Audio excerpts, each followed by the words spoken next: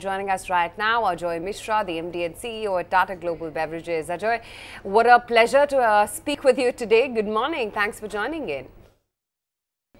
Good morning to you, Aisha. Thanks. Okay, so let me first start talking about the Tetley business, and let's talk about the current macro environment. You know, many are saying right now, Ajoy, that slowly there seems to be a turnaround in sight for Europe and UK. The Tetley business for you has not been able to recover since the acquisition. What is your own view on that, and especially when it comes to UK and EU in particular? Tetley's epicenter is UK. What I must share with you is that for 6 consecutive quarters, we have gained market share in Tetley across all the categories of tea that we play in, which is everyday black, green tea, decaffeinated tea. We've launched fruit and herbal tea where we are gaining market share, as well as Rooibos red tea. So in terms of market share, the Tetley brand has been gaining for quarter on quarter for over 6 quarters, so which is the good news. However, there is a dynamic happening in the UK market, which does put a little bit of pressure on the business, but we have plans to combat that. The dynamic is that black tea is on a steady decline in the last few years, and we were over-indexed in black tea as a brand. So we have accelerated our non-black play in the categories that I mentioned, the green tea, decaffeinated, specialty, and fruit and herbal, which are segments more or less which are still in growth, are showing growth, and we have accelerated our product mix into non-black. So that's one way in which we are addressing the overall market dynamic. Right, but then, you know, the next obvious question, sir, would be by when do you hope to turn profitable? So I must correct the perception that you know, in UK the Tetley business continues to be profitable. It's some of the other markets which get counted under the Tetley legal entity. Probably that is the number that the market sees, and I must correct that the Tetley numbers in the entity that gets reported in our results also contains Middle East, which is an investment phase, so hence that business is not profitable yet. Parts of the European businesses that I spoke about were also affect the overall Tetley profitability, but in the UK, which is the core market, we continue to be profitable and in a good place. Okay, so you've mentioned the move out from, you know, black tea, which is not doing all that well in the UK markets, and you've talked about changing your product mix going forward. How much then will the specialty as well as the premium products range contribute to your overall revenues going forward? It actually varies market by market, because in India it's largely black tea still. Green is the next category, but it's still relatively small. So India is largely black. So India, that strategy does not apply to India. That strategy, if I were to take it to the UK or Canada, where this phenomenon of black versus non-black tea category shift in mix is happening, I think we've managed to shift movement into non-black at a rate faster than the category is shifting. So I think we are on the right path where we will be able to very soon you know, reverse the effect of black tea category decline and bring a more overall balanced play into the picture. It also is worthy to note that the non-black parts of the tea are also the more the more premium teas. So even from a profit point of view, margin point of view, it's a better strategy. Right. You've kick-started the restructuring in Russia as the first step to reduce exposure to that country. Eastern Europe is next. What geographies do you plan to exit in about 2 to 3 years' time? What markets will you finally be present in also? So we have announced an exit from a B2B business that we had in China, which we were not finding turning around. And it was making losses for a few years, so we've decided to exit that business. Also, it's non-core, so that's been announced. The Russia restructuring has been announced, and at this point we have no other announcements to make, but we have spoken about the fact that all parts of our businesses which are stressed and are not going to be accretive to the parent company in terms of adding to the parent company's financial strength, we will be taking a hard look, and that means we put it under intense scrutiny, and if we find that this business can be and is being turned around to make it profitable, we will continue with that. If we come to the conclusion that this is going to stay stressed for a fairly long time, we will look for ways to exit or restructure. So at this point, for obvious reasons, I cannot say which are those pieces of businesses. I understand, Ajoy, that you can't name anything right now, but have you at least identified the geographies that you'd want to exit? Yes, we have an internal plan we are working on at this point. Okay, great. Talk about numbers then, Ajoy. Your EBITDA margins have been a little volatile of late. However, once again, you've managed a steady expansion in the last couple of quarters. What's aided that? And more importantly, do you think these margins would be sustainable going forward?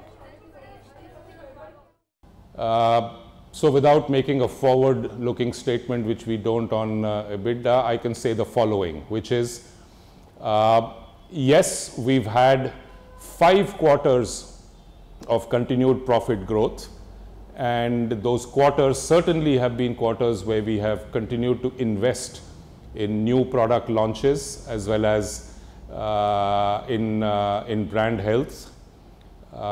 We have managed to do that by having a few of the initiatives which we have kicked off some time back bearing fruition right now, which are fundamental to the business in terms of how it sustains our ability to continue to do launches, invest behind innovation, as well as keep the brand investments healthy. By the way, our brand investments have gone up in this period over whatever we were doing earlier, and that is by managing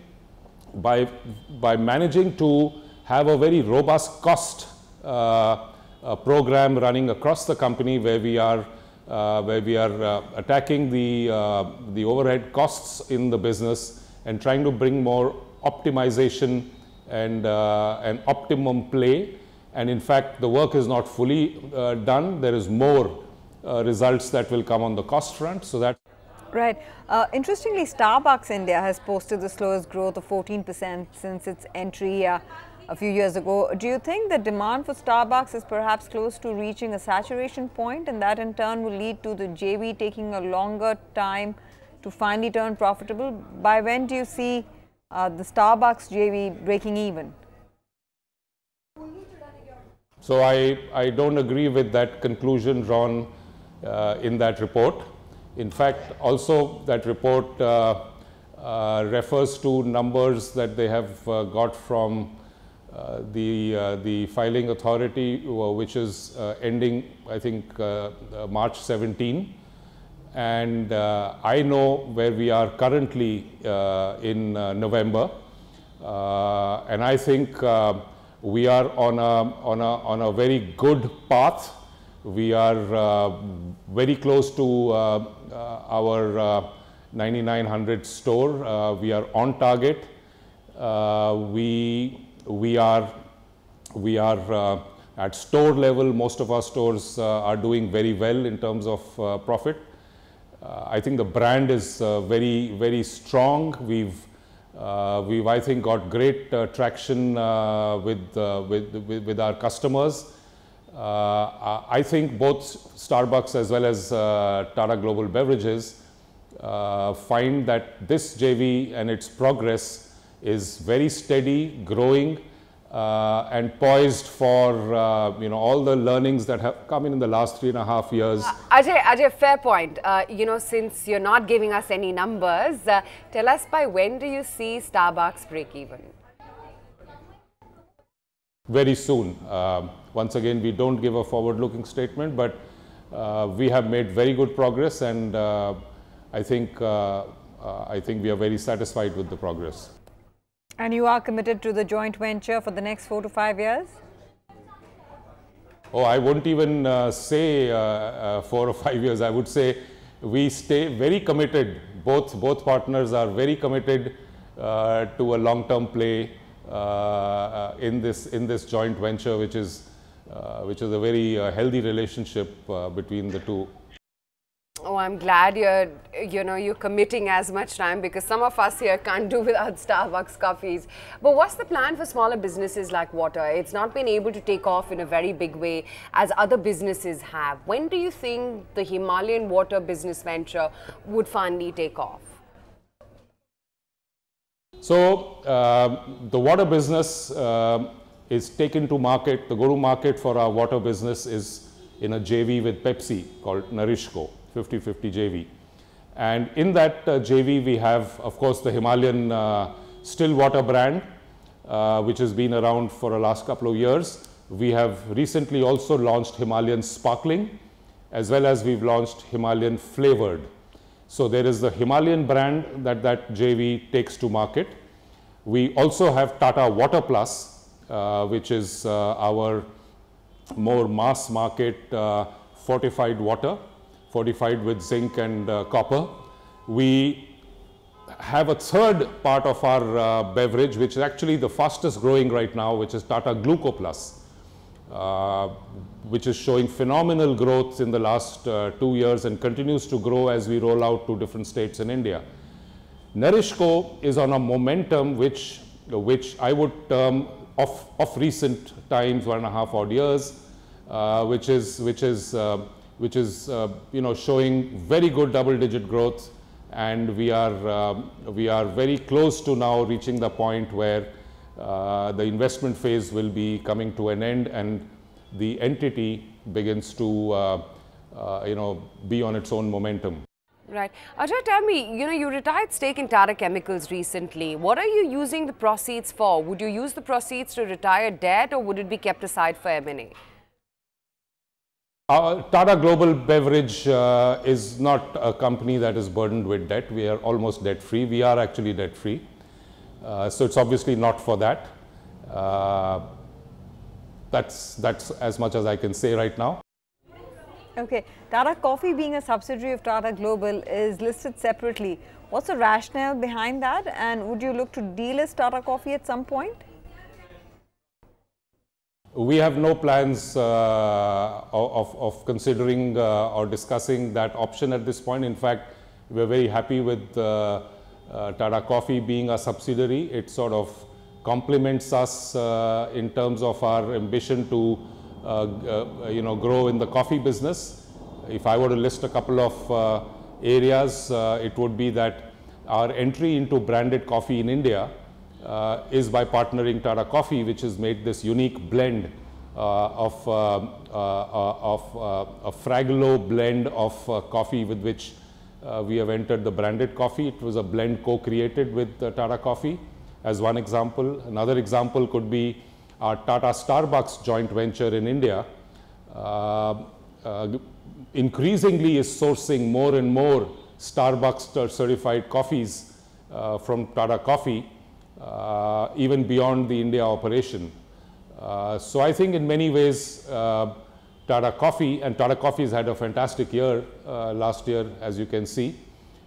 So Tata Coffee is something that complements, and we continue to believe that that company,